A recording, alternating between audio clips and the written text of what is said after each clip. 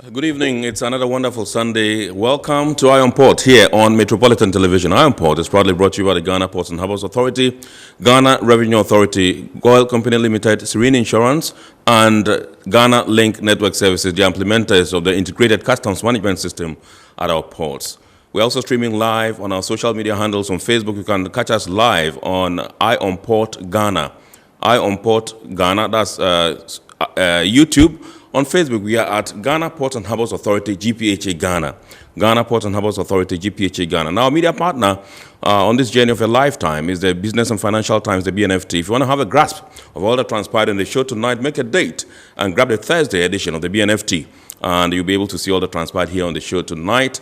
Along the line, we shall get interactive with you, and you can send your comments and messages ahead via our WhatsApp line, which is 0559-019-177. 0559-019-177. Remember, we shall also activate the phone lines when the time is due for you to call in and share your thoughts on the show tonight. My name is Kennedy Mona. We're going for a quick break. We'll be back shortly. Goil makes good things happen. This time, Goil has introduced Super XP Ron 95, a higher grade fuel loaded with additives and yet sold at the same price as normal fuel. Goil Super XP Ron 95 enhances engine performance like never before. It maintains the engine by keeping it clean from carbon deposits. Goil Super XP Ron 95 is designed to burn slowly and thus improves fuel economy, making you save money after several kilometers. Goil Super XP Ron 95 gives you a smooth driving experience, that is, less vibrations. Fill up with Goil Super XP Ron 95. Now there's no need to pay more for any higher grade fuel. Goil has that sorted. Goil, good energy. Electricity, then pay your taxes. Our taxes, our future. Because you see, without our taxes, we wouldn't have good roads, good schools, better hospitals, street lights, and other very important social amenities. When we pay our taxes, we give our children free and quality education. Talga, my money too small. Why should I pay my tax? Look, small. Salifo, it doesn't matter how small or big your business or income is. You still have to pay your taxes. The little taxes from each and every one of us, when put together, could give your community clean water or that deprived school with tables and chairs. Please pay your taxes. It is your responsibility. It is your civic duty. It is the law.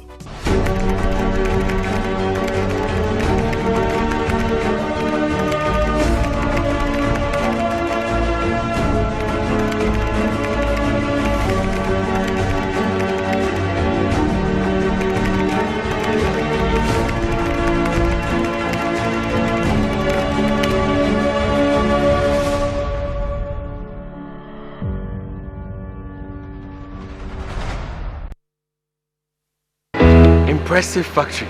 If only I had listened to you, I wouldn't have been in this mess. That devastating fire virtually wiped out the whole factory and my warehouse. Remember my misfortunes last year? Serene Insurance Asset All Risk Fire policy that I took were there to pay for my damaged stocks in the warehouse, and my machines that were affected by the floods have been replaced. My accident vehicle is back on the road thanks to Serene Insurance motor policy. Currently, my goods are on the IC covered with their marine cargo insurance policy. I was just telling Ajima about Serene Insurance. Oh, Ajima, tell him more. As a road contractor, I make sure I do my contractors all risk insurance for the projects and then workers' compensation for all the workers on site. With Serene Insurance, they will make sure they will cover your unknown tomorrow today. Serene Insurance, a new face of insurance. Call us now.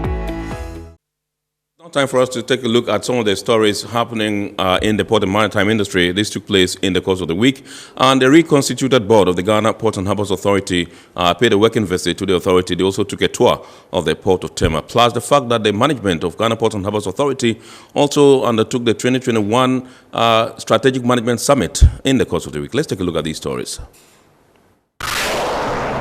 The board chairman of the Ghana Ports and Harbours Authority, Isaac OSEI, has stated that Ghana's ports are well positioned not only to be the gateway to trade in the sub-region, but also as a transit point for the landlocked countries. Isaac Osei said this when the reconstituted board of the Ghana Ports and Harbours Authority paid the working visit to the port of Tema. Tema is uniquely positioned, and I'm very happy that we have also staff who are properly qualified to deliver on the mandates that we've been given. He was optimistic that equipment challenges at the ports will be resolved. Equipment challenges, but I think we agree that we can resolve some of them. Not all of them at a go, but definitely we can resolve some of them. And I think the Director General is very determined on that score. He said he intends to bring his experience in both the public and private sectors of the economy to bear as he leads the GPHA board. The Director General of the Ghana Ports and Harbours Authority, Michael Lugoje, said the Port Authority will continue to provide the needed infrastructure and business environment for trade facilitation and economic development. We were looking forward to ending the year with container traffic of just about 1 million TEUs. We ended 1.28 million TEUs, which was significant because we never expected, even in a COVID year. Now this year in particular, looking at January to June, we've ended seeing significant growth of Tema being almost about 39% above budget. We've exceeded budget by 39%. He revealed that there is a joint effort from stakeholders to ensure that arbitrary charges at the ports are scrapped. But we are looking at that solution in conjunction with Shippers Authority and then also the Ministry of Transport to see how we can dialogue and try and see which areas this kind of cost can be minimized. But again, apart from just dialogue, there's a need for legislation that can provide the necessary backing to help. And I think Shippers Authority is looking at its law right now. The GPHA board took a tour of the port of Tema to enable them to have first-hand experience of operations in the port. The board members visited the Marine Section, Golden Jubilee Terminal, Reefer Terminal, and the MPS Terminal 3. The board were later introduced to top management of the authority, followed by an interactive session, which included an orientation on the operations of GPHA.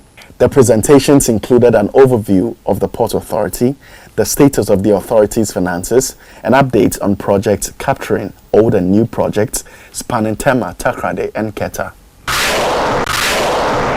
The Director General of the Ghana Ports and Harbours Authority, Michael Lugoje, has assured the port community and Ghanaians in general of a bright future for the ports of Ghana as management pursues initiatives that would guarantee continued success for the ports. Speaking at this year's GPHA Strategic Management Summit in the outskirts of Accra, he emphasized his optimism for growth while recounting some of the challenges of the past few years. We weren't very sure. Our last strategic meeting we had was 2019, where we couldn't plan properly because reefer containers were gone, and a number of MPS containers we are handling today, container volume we are handling in Tema today, there was no certainty that we were going to have them. So we couldn't plan for equipment. We couldn't plan for staff. Everything was uncertain at that time. The strategic management meeting is a major activity the leadership of the authority undertakes to review performance and plan for the future, taking into consideration critical changes in the port business. The GPHA boss said management over the past few years had to work assiduously to enhance capacity and productivity for business continuity. He revealed that as a result of the strong collaboration between management and staff, the authority was able to cut costs and create employment. And you've seen a strategic decision that we've taken, a major reform never heard of in GPHA history, where we've decided to tackle the problem of overtime. And we tackled it, ensuring that everybody participated in the reasoning behind it, both labor and management. And we've used that savings to also tackle a national crisis, which is unemployment. Michael Lugoje assured clients of the port of improved efficiency through key strategic reforms, as well as tightened collaborations with stakeholders.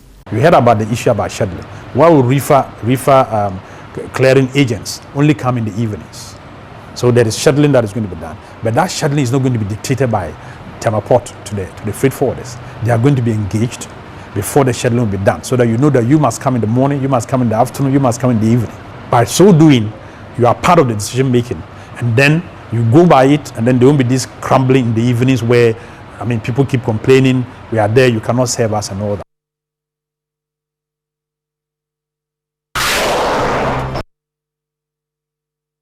All right. right, so those were some local stories in the port and maritime industry. It's time for us to go on to the global stage and see what's happening in the industry.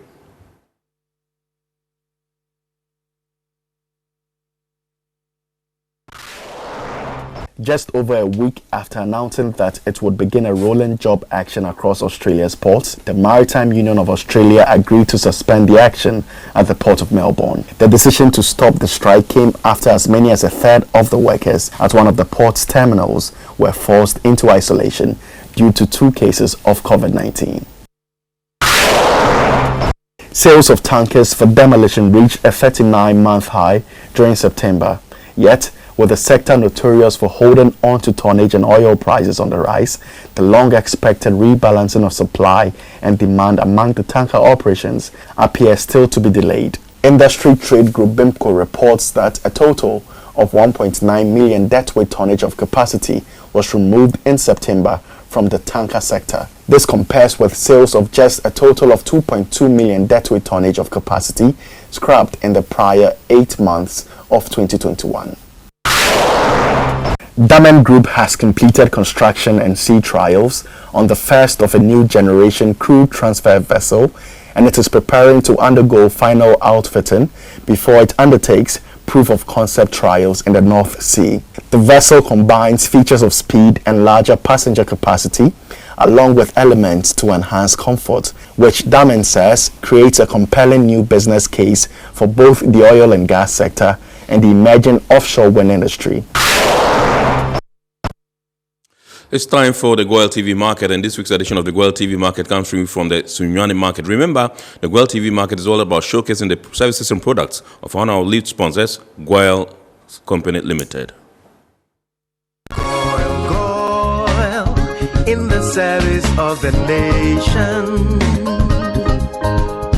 Sunyani Kasano, your stations, Mako Enum, Sana. Ofa doma kwanso ebi ho brekum ebi ho tachima kwanso kumasi kwanso ye obebre eja mo anya ni mudida enti ye woni pa mo no se ye mo beche na mo ti ase na mo se ne ye niema ye ton no esitie oba ye station a services are you provide ye ton petrol diesel pese wo ye service so a akonya so ye den e wo ho so ba ye be change oil amount na metimi edi adanse ye adwuma yi ya che kakra e ba petrol dwuma die a e say untimi nsa go ho da biara da so enso wo ka nim na se e ma wo ka no emututwe na entumi police na se puli na wo togo fuel a sa problem no ebeja eno no ndanchen no ye se wo ka no epun wusi a etumi e ma ne brase wusi na efi wo ka ni me ba no wo togo diesel a e solve sa problem no ma ye diesel no enesi ho no aha kakra me kafa diesel ho ne se ai hia e ma wo se wo ka na ebe chama e sulfur oba Ghana ha ye sulfur no de agitum no e 50 ppm 50 ppm no product a ekọ ebinum station ni ade no e as high as 1500 ppm okota ni esie ni esan se e high sulfur ninti no bibi wo engine block my friend lining ese no eyi ni free ho kwasafu e wuta engine block no unim ne inside ne ye white smooth eti ebema engine ayede ache petrol na hoden ne wasoro papapa no 95 ediokron 9 eninum eti enum ne na ye de wasoro pa well ni ayeton ediokron num no ye nton bibia ka ediokron num no ho de na hoden no ayede wasoro pa no eti mo ne gwal endigwa na gwal de ye mamo adepa na me ka tram say ye fuel no sane station bia obeko bia eno abi na ayede ye ton no wo ho gwal enye petrol ni diesel nkwani e se mi car na uyisu engine oil uyisu radiator coolant gbogbo nko uyisu ATF I friend automatic transmission ni nyina bi ha for instance oba Ghana ha enam say temperature no was smooth no ye engine oil ayisu a se de enuru ba sai kra ebe ye du anase awia hye kra ebe ye du eti e ma na mu se o se emam oil a ebetimi abo yen weda na uhwemu a ka bia no se ye ka kese anaketoa ye two systems ye di issue parts enu ya na petrol car eti who share petrol car there, who use spark plugs. As always, diesel cars are use compression. And no, you know, you check oil in such a way, say, oil be able to me off a car. Now, so do a more deal spark car, a chain crank car. And to show one, where API level SF/CD. SF which I say, a spark, but in the level of a blue F. Yet additives like a can one. I'm a blue F level. So stroke CD, I just said, who did a ma crank cars and as a combat a event say compressor cars. But another level in D, it's a chest petrol will be the motor age, you know. Who did the ama super? Who did the diesel car? It's be a one and now would be the oil, no sorry. A swat see no one to me in fan corner. Who said ya? Who did the vehicle? Into fan says stop measure. Who do it? Obey the wild penwa. I want to do. Sana, and you are the visit here. Many go like you may be Manyan for swift free so. Miss Samuel Mamma, make a for Guaramamo. Miam, where me had me free, some quality best in some quality took Massey. Gola and my use so, or Mutis and no petrol, whom for some woman. Boy, fool, dear, met me the one dancer, say, a fool, papa, a fool, the good Kermoa, a boama, Ocano, engineer running. Now, I did what boy fool, my manager, who says, so be away you go for be a bedding one dancer. So you should go for, let's say, a new joa. Engine sound cry a buff form to the latter part, no say, full like, only engine sound at the former Ancasa. The problem be about engine, which we detecting who say, problem be about car engine. It's a go for the MC and kind of crack. A fool, made the made one dance, my driver, Nibia say. Be a bit me and can go fool and we'll be on your day and you north, south, east and west, we always stand for the best. All right, so that was the Goil TV market, which came to you from the Sunyani market in the Bono region. Now, tonight we are talking sustainable shipping. What is sustainable shipping? And we all know that globally it's the International Maritime Organization, an organ of the United Nations that's responsible for regulating the shipping industry. Now, in recent times, focus have shifted and premium is placed on how to get people to practice safe and sustainable shipping. Issues of carbon emissions, issues of pollution and all that, and how to get people to go green and to ensure that our shipping industry is sustained. That's what we're looking at tonight. And we have the privilege of having in our studios tonight Captain Inusa Abdul Nasir. Captain Inusa Abdul Nasir is the director in charge of the Technical Services Division at the Ghana Maritime Authority. Good evening, Sir Captain. Good evening, and thank you so much. Thank you very much indeed for obliging us. Let me begin with a very basic question. What is sustainable shipping? May I take this opportunity to thank your viewers and then tuning into this very important topic, which Absolutely. is a unique topic. Yeah. Sustainable shipping, as we all know, first of all, I'd like to talk about shipping. Shipping is a seaborne trade whereby ships carry huge cargoes, raw materials, and any kind of services that are bulky from an origin to a long distance destination. So shipping is the transport of cargo from one point to another, and they normally are engaged in long distance or what we call long voyages. So when you talk about sustainable shipping, like green shipping, it's about applying the concept of sustainable development into shipping and taking into consideration the environment and socio-economic development. And sustainable shipping is key in keeping the environment clean and ensuring that these long voyages are continuously going on and the provision of the goods and services for human consumption is pertinent. So this is what we call sustainable shipping. Yeah. Right. Thank you very much indeed. I know the IMO, which is responsible for regulating the shipping industry globally, in recent times have been trumpeting the issue of carbon emissions and how to get it reduced in our waters, in waters across the globe. So I just want to find out from you how far they have come and whether you can throw more light on this particular initiative. Very well. The issue of carbon emissions is triggered by the concept of this climate change, which is ongoing. And I think it all started by the UN 2030 Agenda for Sustainable Development, particularly SDG 13. SDG 13, 13, okay, yeah. Which calls on everyone to take urgent action to combat the issues of climate change and its impacts. So it is based on this that the IMO has taken bold steps to execute this kind of procedures. But the first thing I would want to tell you is that, and all the viewers, there has been a lot of emissions of air pollutants, including the greenhouse gases, from shipping, and which continuously leads to climate change issues, as well as environment pollution problems. Right. So based on that, the IMO has taken steps in responding to the SDGs, as I mentioned earlier, to put in place, particularly into shipping. But before then, it is very important to note that without shipping, actually, there cannot be economic development globally. So shipping is very important, and the way the shipping is conducted globally, it's an international, project. It's an international industry. Absolutely. And shipping, as we have been informed, transports about 80% of global trade by volume, and 70% of global trade by value along the whole. So it's an international industry.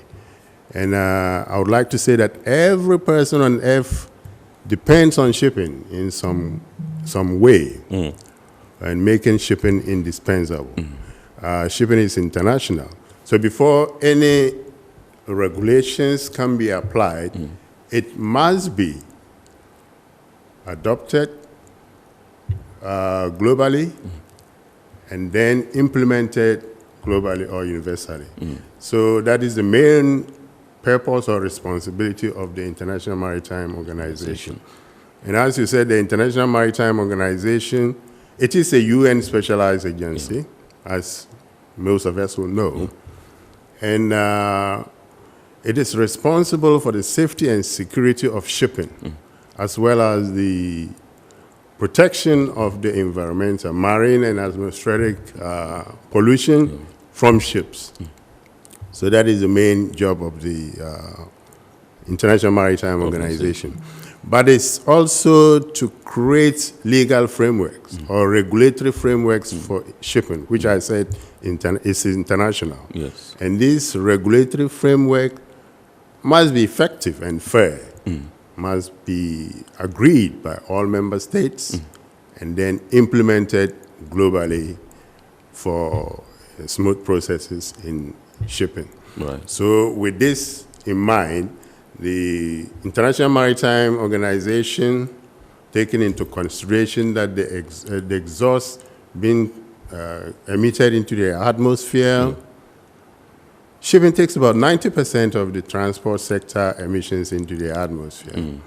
And if you look at shipping as well, about 3.5 to 4% of the climate change emissions is coming from shipping, international shipping. And with this in mind, the primary gases are carbon dioxide from this climate change emissions from ships. So with this in mind, there was also research that if nothing is done between now and 2050, the percentage of carbon dioxide in the atmosphere will increase to 250%. And taking into consideration these huge sums of pollution is coming from the ships, there has been initiatives whereby this amount of emissions from the ships would be minimized. So the International Maritime Organization, as I said, is responsible for creating a regulatory framework. So there was an initial IMO strategy for the reduction of emissions, greenhouse gas emissions from ships, with the intention to reduce the emission from ships to 50% by the year 2050. Right. So this has been the initiative. But before this initial strategy was put in place, there has been a lot of works. You cannot just come and put a strategy without making studies and surveys and researches. So there were the intersectional working groups for greenhouse gas, which started a long time ago in 2008. Right. And this group was tasked to come up with, to develop technical basis for the control mechanisms of ships. Right. So that led to the IMO initial strategy for the greenhouse gas emissions. Okay. So there has been a lot going on. And recently there has been an amendment, which was passed in June by the MEPC, that is the Marine Environmental Protection Committee of the IMO. These are the bodies that are tasked to come up with solutions to environmental issues. You know, the IMO consists of a lot of member states. Ghana is a member of the IMO. And the IMO has subsidiary or committees which are tasked to do different things. So the MEPC is tasked to carry out environmental pollution issues. So in June, there was an amendment, which was a major one, to take a step in line with the IMO strategy, which was adopted in 2018, so that we could have the ships to conduct what we call the EEXI, which is the Energy Efficiency of Existing Ships Index, which is a technical issue based on certain parameters which have been set up for different types of ships and different categories of ships and different sizes of ships. So it is mandatory now for every ship to calculate the energy efficiency of that ship and then produce a report. And apart from that, the amendment also requires every ship to establish a carbon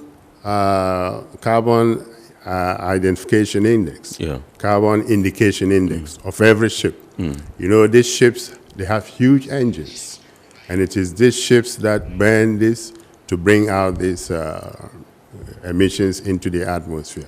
So these two are key in the amendment that was passed in June. Yes. But I would just want to say that the amendments are coming to modernize or to put some kind of reforms to an initial procedure, which we call the EEDI, Efficiency Energy Design Index, for new ships. If you want to build a new ship, you go into the process of getting this efficiency, engine efficiency, the design index, before you can build that engine. And like a layman, you know what efficiency means. The output of the work from the machine, the ratio of that from what you have put inside. So the IMO's intention is that this EEXI, they make the ship be efficient. And if the engine is efficient, then the consumption of the fuel certainly is coming down. And that is why it is now made mandatory for every ship to determine this kind of Okay, I'll come to you and find out whether the ships are really complying. But this initial submission of yours has elicited some follow-up questions, and I want us to chew on that. Now, first, you mentioned greenhouse gases. I mean, I wanted to break it down to the layman who is viewing, who is watching, and who is listening. And then I also want to break it down for us. You said 70% by volume and the 80% by volume and 70% by value. If you can also break that down for us, I would appreciate. First of all, the greenhouse gases. Yes. Our world leaders pledged to support the SDGs. in 2015. And this is simply because we have so much pressures from the world regarding the climate change. Right. And it has been determined that this climate change is due to the emission of certain gases into the atmosphere. And that they include carbon dioxide, nitrogen oxide, and CFC, which has chlorofluoric carbons, and then we have ozone depletion substances. These are being emitted into the atmosphere. They radiate heat, and particularly with carbon, is tapped by the carbon and then reflected back. So we have a lot of global warming.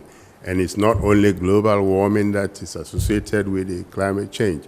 We have ice melting in the north, in the polar regions. We have bushfires everywhere. So this is the reason why we're trying to come or put down or mitigate these emissions of greenhouse gases. And like I mentioned, the sulfur dioxide is being tackled. Carbon dioxide is being tackled by the IMO, particularly for shipping. And we have noxious substances as well as the ozone depletion substance. We also have what we call the organic compounds, volatile organic compounds. And these ones are all part of the greenhouse gases. Right. Yeah. Okay. So with the volume of the cargo that is being carried by ship, yes. If you talk about global trade, and we say 80% of the cargo by volume is carried by sea. The quantities. And if you talk about 70% of the value, a very huge container may have very low value.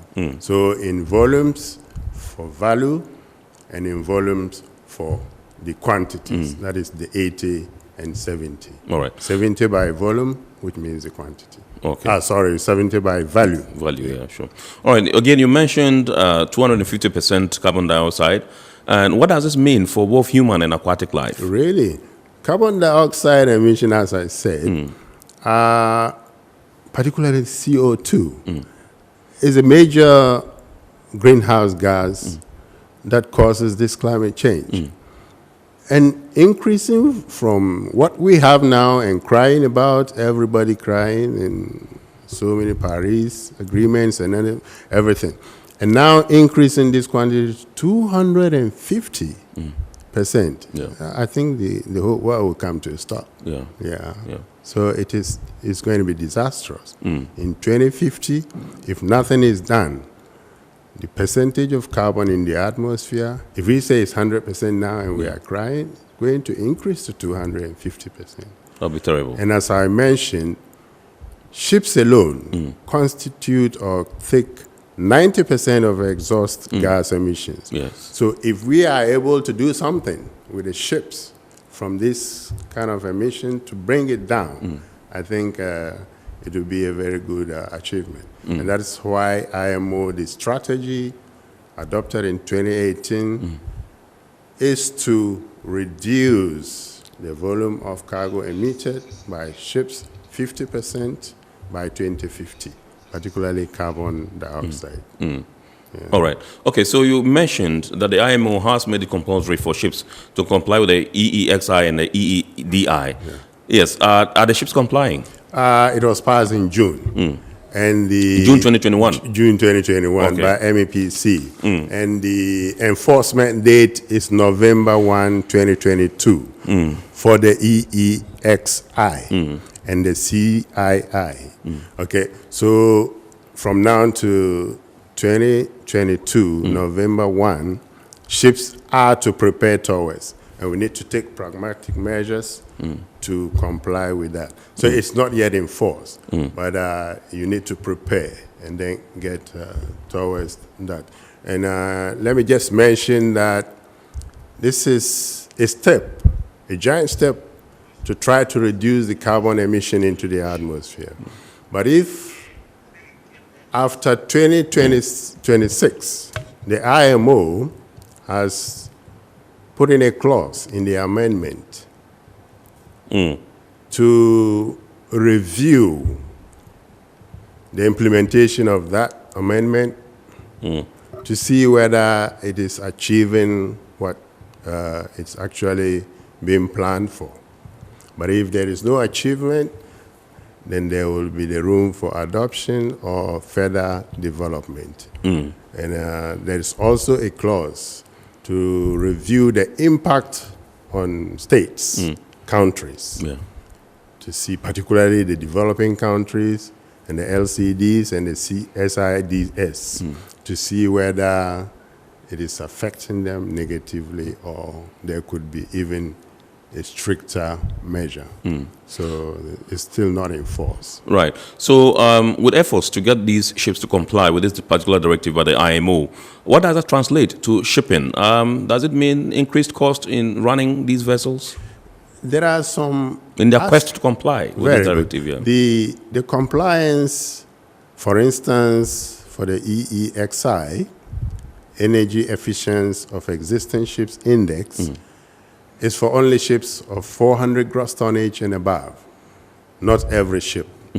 And for the CII, it is for ships of 5,000 gross tonnage and above. And certainly, if there is going to be an amendment to cut down on these emissions, it will have some kind of cost, implied cost.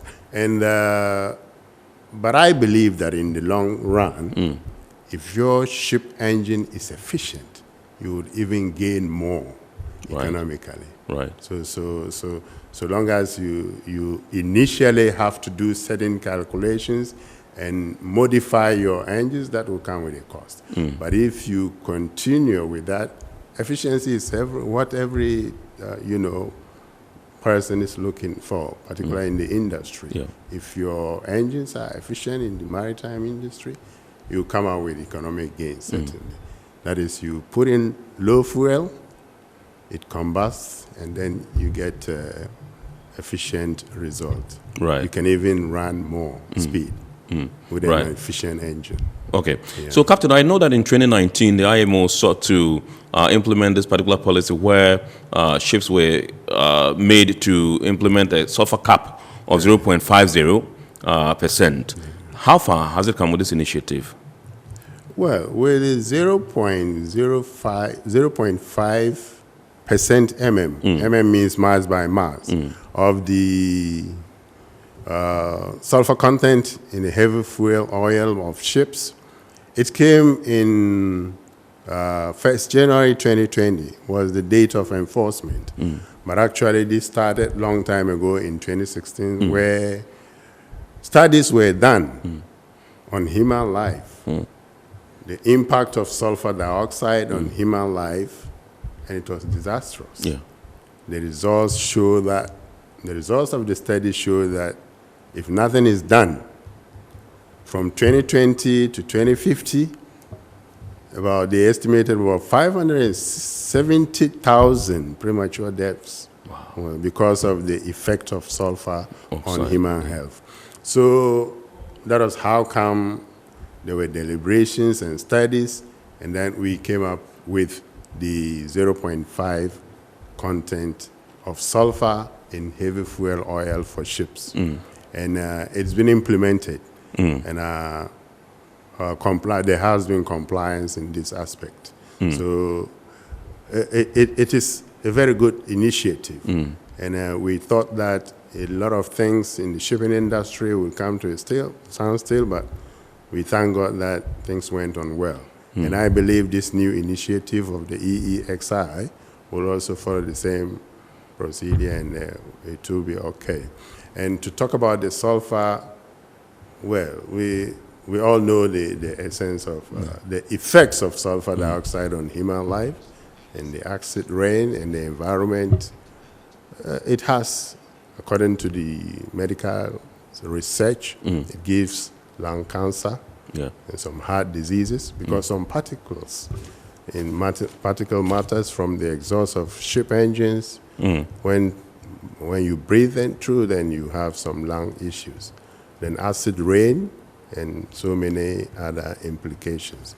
So the 0.5 actually came into effect, and that is what ships are complying with now. There has been alternatives, but it's working on well. Now, there are those who are of the school of thought that sulfur oxide is not only catastrophic to human, to aquatic life, but to human health as well. And they're wondering whether 0.50% is enough to ensure sustainable shipping. Well, Let's see. Well, it's enough. At the beginning of this talk, I mentioned that the responsibility of the IMO is to create a regulatory framework that is fair and effective, globally adopted, universally applied. So the 0.5 did not just come just like a thought. It came with so many research and studies. So, and it was a bold step taken by the IMO. I say it's a bold step because global sulfur content of heavy fuel oil, which we call HFO, that is what the bunker of the ships is normally made of. They use HFO, which is the heavy fuel oil. It's a residue of crude oil when it's refined. So this has a lot of sulfur in it. So initially, the sulfur content of HFO for all ships was 3.5% M by M. For instance, if you have a mass of fuel, the content or the amount of sulfur in that fuel should weigh 3.5% of the total amount of that fuel that you have. So it was 3.5. Right. And now we have 0.5. So from 3.5 to 0.5 has been a significant and a drastic step, a reduction, which we all determined at the IMO that it was sufficient to achieve what we actually wanted. All right. I know there's this going green agenda, for the shipping industry, and I just want to find out whether it has to do only with environmental friendliness or there's some cost element attached to it as far as shipping is concerned. Well, yes. With the green shipping, my first question was, what is sustainable shipping? Green shipping actually is a path to zero emission. And sustainability, like I mentioned, has some components of logistics, technical, and market-based components. Right. So you need to take all this into consideration. But with a 0.5 sulfur content in the heavy fuel oil, there were options given to the ship operator or the ship owner. You either buy a fuel which has 0.5 sulfur content in it, or you put in what we call exhaust gas cleaning system, which we call the EGS. You either buy heavy fuel with 0.5 sulfur content, or you fit in exhaust gas cleaning system, which we call the scrubbers. These were alternatives. And this is the exhaust gas.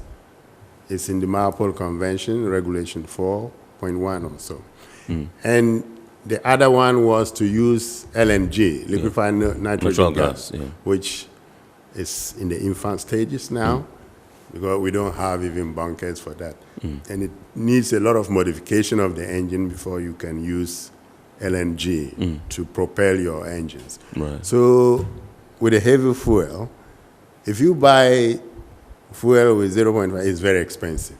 They need to do blending so that they can reduce the amount of sulfur, and it's a lot of money. So heavy fuel with 0.5 is very expensive. So certainly there's a cost implication. And when you come to the scrubbers too, that is the exhaust gas cleaning system. The estimate of fitting a scrubber on board the ship engines is about 5 to 10 million. So it really has an economic effect on that, a cost on that. So it's not only for environment, but it has some cost implication, fixed costs, and then operational cost implication. No, the fixed costs may not be considered here. The fixed cost is the money you pay when you are buying the ship. Right. But this is retrofitting of exhaust gas into the main engine. So that one is part of the operational, that could be part of the operational cost. And it's very expensive. So certainly it had cost implication. So with the introduction of that, we were thinking maybe the ship owners or operators, considering the effect of this on all human beings, may try to absorb that. Yeah. But it was not so easy. So it was somehow transferred. And now it's gone even. So things have changed since 1st January 2020 till now. Right. I think it's going on well. Okay. Yeah. Very well. So this is Iron Port here on Metropolitan Television, and tonight we are discussing sustainable shipping. With me in the studios is Captain Inus Abdul Nasir. He is the Director of Technical Services Division, Ghana Maritime Authority. We'll be back shortly. Impressive factory. If only I had listened to you, I wouldn't have been in this mess. That devastating fire virtually wiped out the whole factory and my warehouse. Remember my misfortunes last year? Serene Insurance Asset All Risk Fire policy that I took were there to pay for my damaged stocks in the warehouse. And my machines that were affected by the floods have been replaced. My accident vehicle is back on the road thanks to Serene Insurance motor policy. Currently, my goods are on the IC covered with their marine cargo insurance policy. I was just telling Ajima about Serene Insurance. Oh, Ajima, tell him more. As a road contractor, I make sure I do my contractors all risk insurance for the project, and then workers' compensation for all the workers on site. With Serene Insurance, they will make sure they will cover your unknown tomorrow today. Serene Insurance, a new face of insurance. Call us now. Goil makes good things happen. This time, Goil has introduced Super XP Ron 95, a higher grade fuel loaded with additives and yet sold at the same price as normal fuel. Go Super XP Ron 95 enhances engine performance like never before. It maintains the engine by keeping it clean from carbon deposits. Go Super XP Ron 95 is designed to burn slowly and thus improves fuel economy, making you save money after several kilometers. Go Super XP Ron 95 gives you a smooth driving experience, that is, less vibrations. Fill up with Go Super XP Ron 95. Now there's no need to pay more for any higher grade fuel. Goil has that sorted. Goil, good energy. Electricity, then pay your taxes. Our taxes, our future. Because you see, without our taxes, we wouldn't have good roads, good schools, better hospitals, street lights, and other very important social amenities. When we pay our taxes, we give our children free and quality education. Talga, my money too small. Why should I pay my tax? Look, small. Salifu, it doesn't matter how small or big your business or income is. You still have to pay your taxes.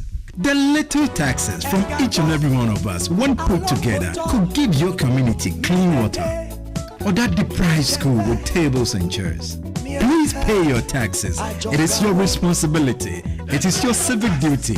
It is the law.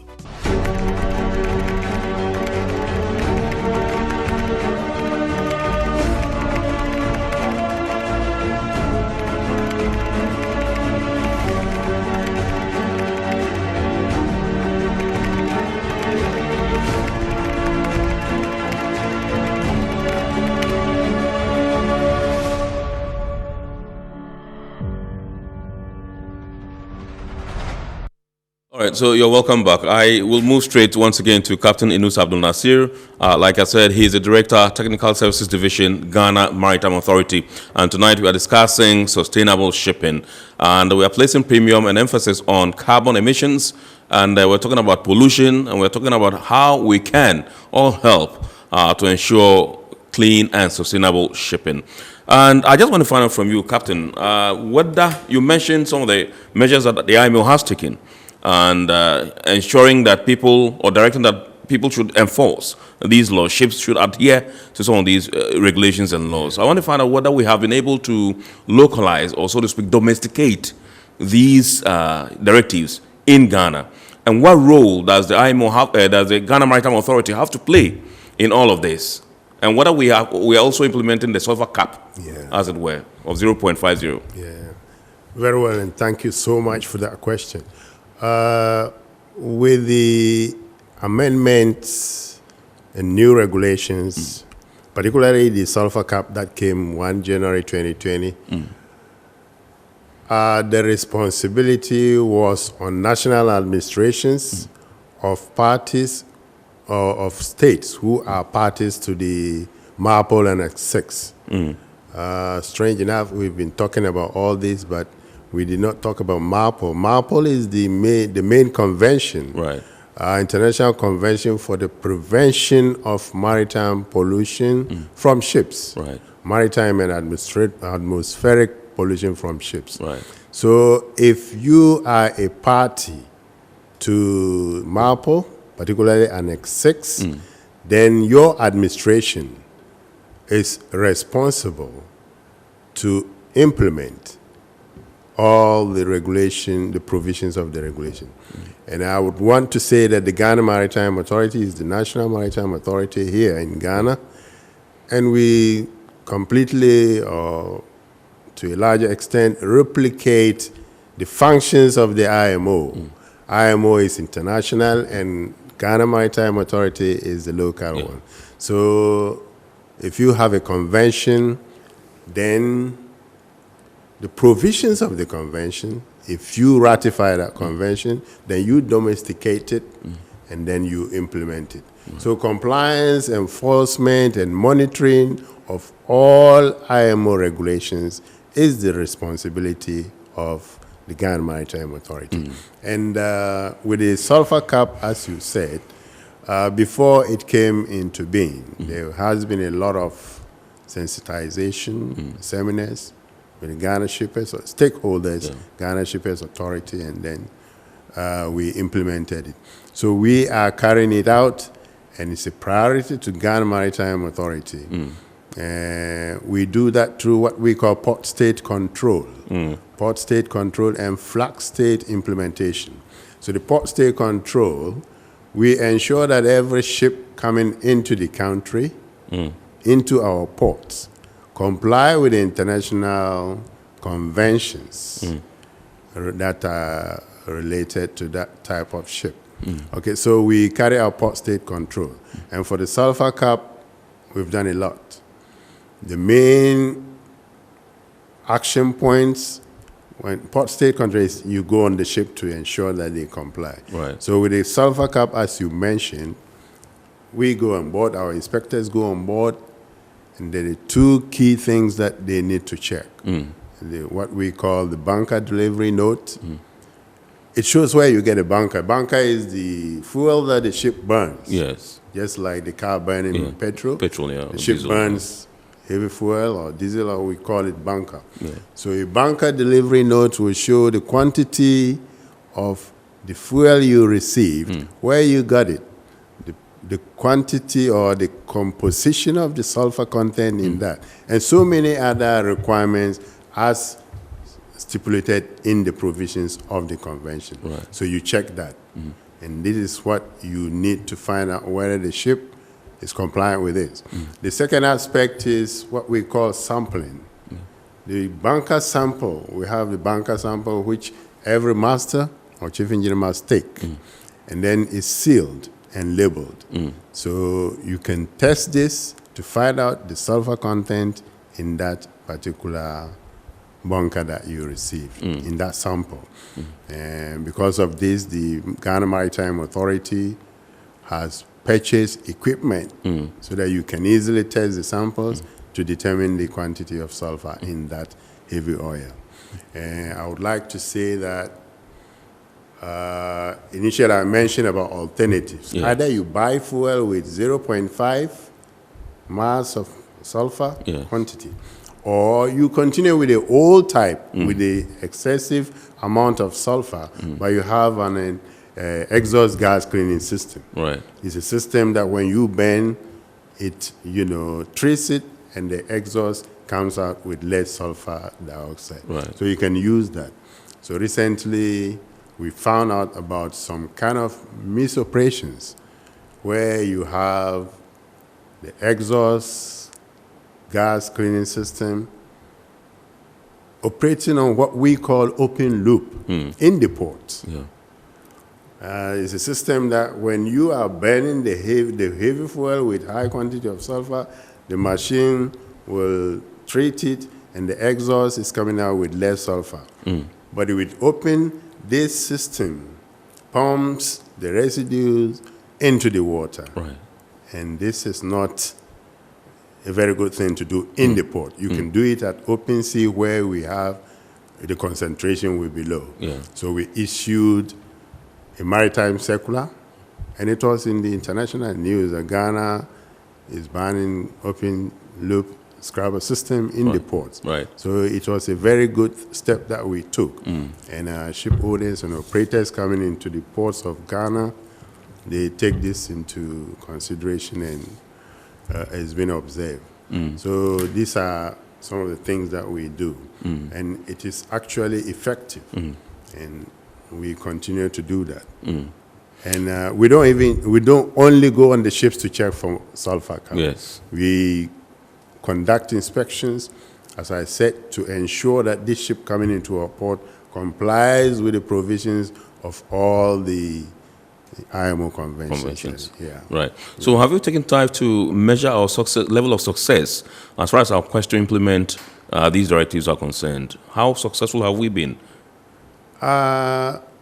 Successful in ensuring the compliance. You just mentioned in the latter part of your recent submission that it has been quite effective. Which means that there's some element of success. Yes, and I'm finding whether you've taken time, the GMA has taken time to measure our level of success as far as our quest to implement these directives are concerned. Yeah, our level of success. For instance, when we detected the open loop system, which was not good, and we said it was polluting our waters. Some people call it an emission cheat, trying to convert or minimize the air pollution and rather put it in the waters. So we quickly issued the Maritime circular banning this kind of systems in here. Right. So that has been a very good thing. But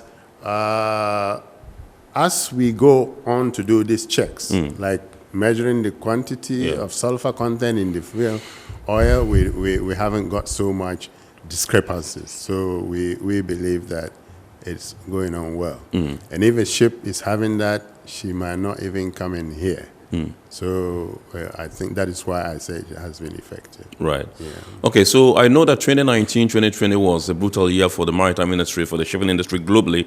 And I just want to find out from you whether in Ghana, this pandemic in any way impacted our quest to, implement some of these directives.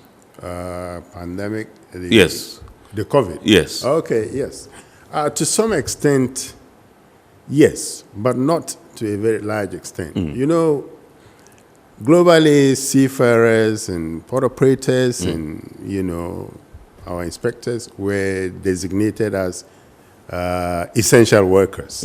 Yeah, so with this, and the government taking this into consideration, issued us with exemption passes that we could come out even during the lockdowns to go and carry out inspections. So inspections were being carried out, but we're only taking into consideration the protocols that have been set down so that you will observe that and go to carry out your duties.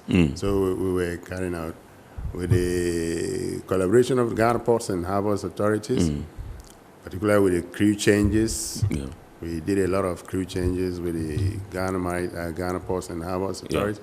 So we were actually carrying out our duties during this pandemic, and it wasn't so a bad thing. Right. I know you don't work in isolation as Ghana Maritime Authority. You just mentioned your collaboration with the Ghana Ports and Harbors Authority, and all that. And I know you also perhaps work with some shipyards, ship owners, ship operators, and so on, some refineries and all that. What's the level of collaboration with these people to ensure compliance? with this, the compliance, if you take the shipyards, for instance, the compliance is that a ship calling at a shipyard for docking or ship repairs, we go to, enforce or monitor to see whether the vessel is going. It's just the same thing as the port. Yeah. But before, and I continue to say, it's not only the sulfur cap issue. Before any regulation is passed or an amendment is made, we carry out sensitization. We carry out meetings and then awareness creation. And particularly in the Ghana Shipping Act, as amended, it's sections 479A, mandates the Ghana Maritime Authority to issue out maritime circulars with respect to safety, security, and maritime pollution. So we do this as part of the sensitization and notification to mariners. And we have meetings with the Ghana Ports and Harbors authorities, and particularly with the Ship Owners and Agents Association, because they represent the ship operators, the ship owners, and the agents that deal with that. So there has been, because of this pandemic, most of these meetings have been virtual. And I recall the last meeting we had with the ship owners and agents was by virtual, and it was good. Right. And we collaborate with NPA, National Port and Harbors, Petroleum Authority, and the refineries are actually under the petroleum sector. So right. They go along with that. But whenever we have a meeting with the NPA, they have, certain representatives from those sectors to join. Yeah. Okay. So there has been a lot of collaboration. And I appreciate that, particularly with the Ghana Shippers Authority during the sensitization. Yeah. Because there was a lot of thought that the cost implication will be shifted to freight and other things. Right. And the people involved are the freight forwarders, the shippers, which, the Ghana Shippers Authority protect their interests. Yeah. So there was a lot of collaboration. We went to the port cities to carry out sensitization. So we have been working in collaboration with them, particularly with the sulfur cap issue. Okay. Yeah. Yeah, still with the sulfur cap issue, is this particular policy of the IMO binding, and are there punitive measures or sanctions against non-compliant or intransigent vessels? Yeah. Well, with the sulfur cap in particular, any vessel using HFO, heavy fuel oil, must comply. It's mandatory to that. And in the MAPO, certain sections measure, or they mention the category of vessels and the size. Conventional vessels are 500 gross tonnage and beyond, but MAPO brings it down even to 400 gross tonnage. So it is mandatory to all of these ships that carry heavy fuel oil. Right. But if they are only running on diesel oil, the sulfur content is not even up to 0.1. Yeah. So we don't, so it's not applicable to them. It's only for HFO and any fuel that has a content of sulfur more than 0.5. Yeah. But talking about punitive measures, the Marpol Convention actually, and not only the Marpol Convention, conventions that are ratified, they are adopted, ratified, and applied universally. These kind of conventions do not put in punitive measures. But for MAPL, with regards to MAPL, Article 4 of the MAPL Convention strictly prohibits non-compliance. It strictly prohibits non-compliance. But it puts the responsibility on the member state or the administration where the ship is flying to put in penalties in their local laws. So, and as I mentioned before, a convention comes, you ratify, then you domesticate the provisions into the the local law. And that is where you put in the penalties. Right. And again, that particular article of MARPOL that restricts non-compliance says the national authority must institute severe penalties, which is enough as a deterrent. So this is how penalties are being issued. All right. Okay, so your messages are coming in thick and fast. I'll be taking them shortly, but my producer tells me I can activate phone lines now for you to call in. The number to call or dial is 0552 020-552-8353. 020-552-8353. You can call and then you can call and then ask whatever question you will have to ask and also contribute to the discussion.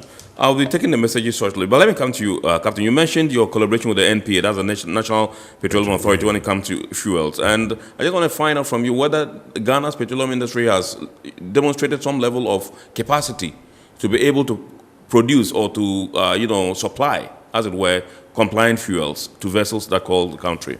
Very well. I'm so much glad to say that enough has been done by the National Petroleum Authority. The Minister of Energy, when this amendment was to come into force, certainly it would target producers of bunker oil, bunker fuel for ships. So quickly there was a meeting, and then in the meeting we split into two. And there were, one section was a technical committee, and this other sector was regulatory committee. So meetings were held with its subcommittees to come up with recommendations as to how we can go about with this without having shortage in the fuel, and without having discrepancies, and without having fuel that are still having high quantities of sulfur. So the technical committee that was set up came up with recommendations, and that went up to the refineries and giving them guidance and advice on what should be done. Right. And I was chairing the regulatory committee, and we came up with our recommendations. Okay. And Ghana Shippers Authority, Standards Authority was also part of it. All right. And then we came up with very good recommendations. Okay. Let me go on to the phone lines now and welcome Abdul Razak from Tamale. Good evening, sir. Abdul Razak, good evening, sir. Okay, I understand he's gone off. Let me take this message. This one says, a good step towards sustainable shipping. However, still a long road to travel. Before all ships are truly emission-free, sustainable shipping starts with finding solutions that allow companies to forecast demand, looking for the right technologies and training staff on how to use them, and evaluating shipping methods. This one is from Miftau in Tamale. Do you agree? Well, I do agree. We still have a long way, we still have some way to go. But even the longest distance on Earth starts with a step. Right. So certainly you need to have to start. But there are certain things that we, with the administration, do, like workshop for capacity building, for the mitigation of greenhouse gases and other things. It's been ongoing. Ghana hosted the EEDI workshop, and we hosted the MTCC, the Maritime Technology Cooperation Center. Right. Certainly. And that is why any amendment coming, particularly the EEXI, has a clause in the amendment. After some time, we're going to review and see the impact, particularly on developing countries, right, and see how it is going, whether we need to relax or we further develop or adopt some, new measures. measures. Yeah, okay.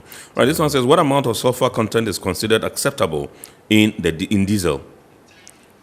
In diesel? Yes. Before you take that, let me go on to the phone lines and then welcome Derek. Terry, good evening, sir. Evening. Yeah, you are calling us from Kaswa. Good to hear from you. Please flow. Okay. I want to say that. Yes, Terry.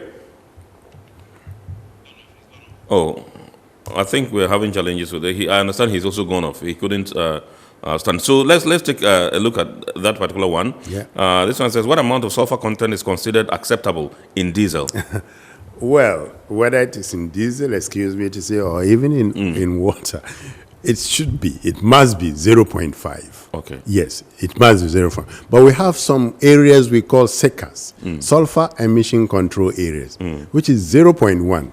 Whether it is in diesel or it is in heavy oil, the quantity must be as specified. Right. I told you globally, initially it was 3.5, wherever it is in the fuel. Right. It must not be more than. Right. And now here, it must not be more than 0.5. Okay. Which is, if it is less, then it's acceptable. But it must not be more than. All right.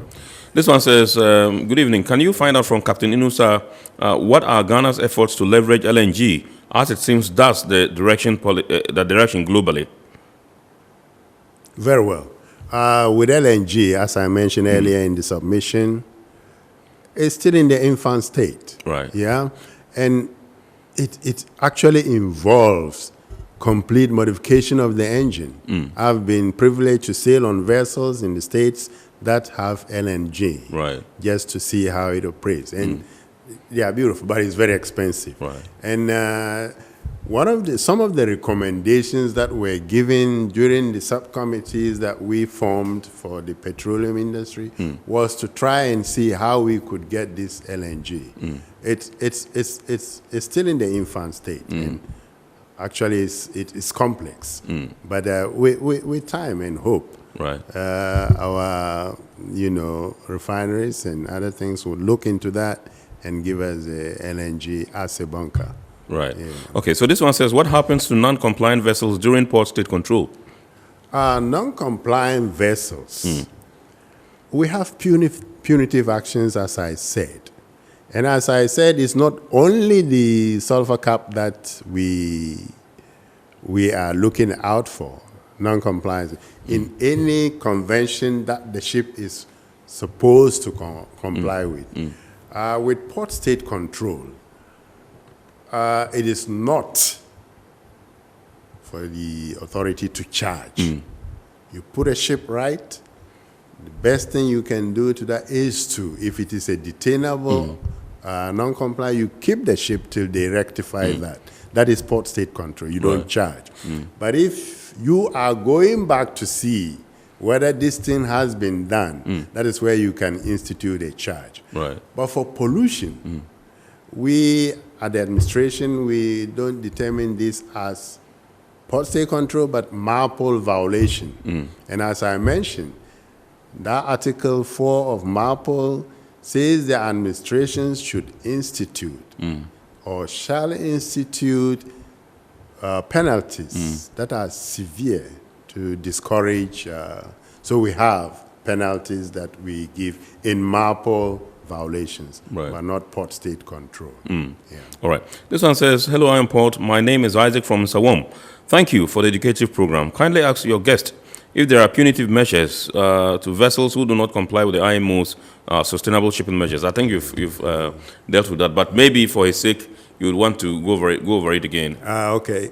With non-compliance, particularly MARPOL, we have MARPOL violations, and we have for every annex, we have if you violate. And that is a serious case. That's why we separated it. For MARPOL, if you pollute our waters, it's serious. Yeah. So there are fines assigned to each with the sections that we have, the annexes that we have in MARPOL. But like I said earlier, as for port state control, we do not charge. We are more particular with the MARPOL violations. And we have been in the international circles for instituting these strict measures in our waters. Right. Okay, so still on port state control, you mentioned the fact that when the vessels arrive, your men go onto them to check whether they are really doing the right things, whether the fuel and everything is the right, with the right sulfur content and all that. Have there been instances where you find some who are intransigent, and what do you do when you find such? Have there been instances where you go on vessels and realize that, okay, this particular vessel is not using the right, sulfur content, or maybe there's something that the vessel has not done to comply with this particular directive? What do you do? As I mentioned, with port state control, we look out for non-compliance or violations. And with port state control, we have detainable defects. So have you ever detained a vessel because of this? Oh, yes. And when you detain a vessel, you only notify them to rectify that deficiency. Before they set sail again? Before they set sail. And you give it to the the harbor master where the vessel is. If it is in Takoradi, you give it to, then you give to the ship owner. And then we give to the customs and other agencies. But there are other deficiencies that you've seen that is a deficiency, but that cannot prevent the ship from sailing. So you give that ship some time to rectify. And when they rectify, they report back. Okay. So for port state control, we do not fine vessels when we find deficiencies. It's just to bring it to make sure that they operate according to the provisions of the conventions. But I mention again that MARPOL, polluting the water is a serious thing. It has so many implications. So that is where we have the fine. And the fine comes from, as I mentioned, you transpose the provisions of the convention into a local. So for MARPOL, we have transposed it into an act called the Maritime Pollution Act, which is Act 932. And in that act, you have various penalties if you violate. All right, so we'll be wrapping up shortly, but I just want to find out from you how pervasive this particular trend of pollution is globally. Can you give us a sense of how it is, how serious this particular canker is? If you talk about pollution, maritime pollution or atmospheric pollution, all is under the remit of the International Maritime Organization. Yes. But pollute, we have been to very many ports globally. In a drop of oil, for instance, in a port like Australia, it's serious. So there are certain countries or the ports of certain countries that you cannot attempt to do anything. Hold it. I'll come back and you continue from there. But I have to welcome Ebenezer from Takoradi onto the phone lines, onto the show. Good evening, Eben. Good evening, sir. Thank you very much indeed for calling in. Please flow. Okay. Please, I want to ask something. Do you have, occupation, those that we studied at Maritime, do you have occupation for us, like working in the shipping? Come again, please. We didn't get your question. Those that we have certificates for Maritime. Certificates for Maritime? Yes. Yes. Do you have work for us on board? Okay. He's asking, he has a certificate from maybe Regional Maritime University. He's completed it. He says, do you have vacancies for them on board vessels? I think basically that's what his question is about. Okay, that's seafarer employment. Yes. And thank you for that question. Recently, there was the World Maritime Day where seafarers were celebrated. Yes. And you could see in the papers as well that how Ghana is trying to promote employment for seafarers. So it's in the pipeline, but we have, opportunities, and we have agents who are duly registered with the Ghana Maritime Authority, and that is their aspect. If you call to an agency and there's a vacancy on any vessel, you can be given the opportunity. But the other thing is that the Maritime Authority is trying to see how we can promote employment of seafarers on board vessels. And that could be internationally, you know, not only locally.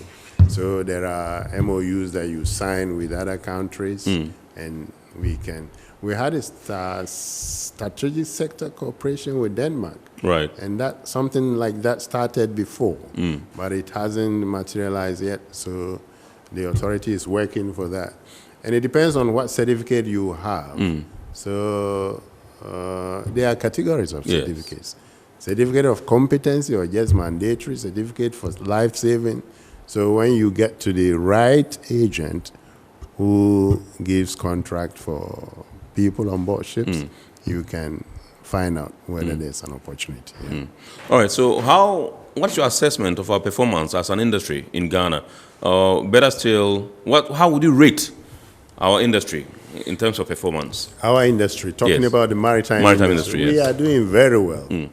To me, we are doing very well. Not because I work with the Maritime Authority, but globally, we are reckoned.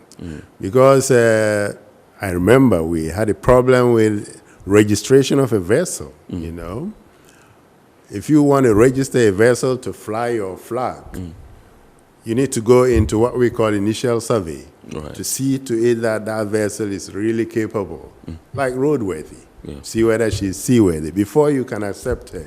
So there was a case of a vessel that came from Togo, you know, trying to register here.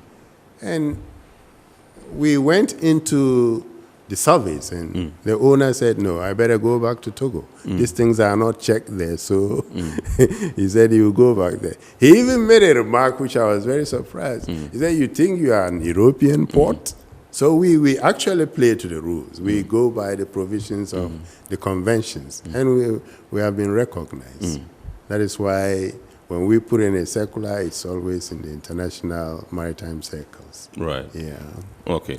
Just in 1 minute, tell me about the VTMIs. What's the state now? That's the Vessel Tracking, Monitoring, and Information System. Yes.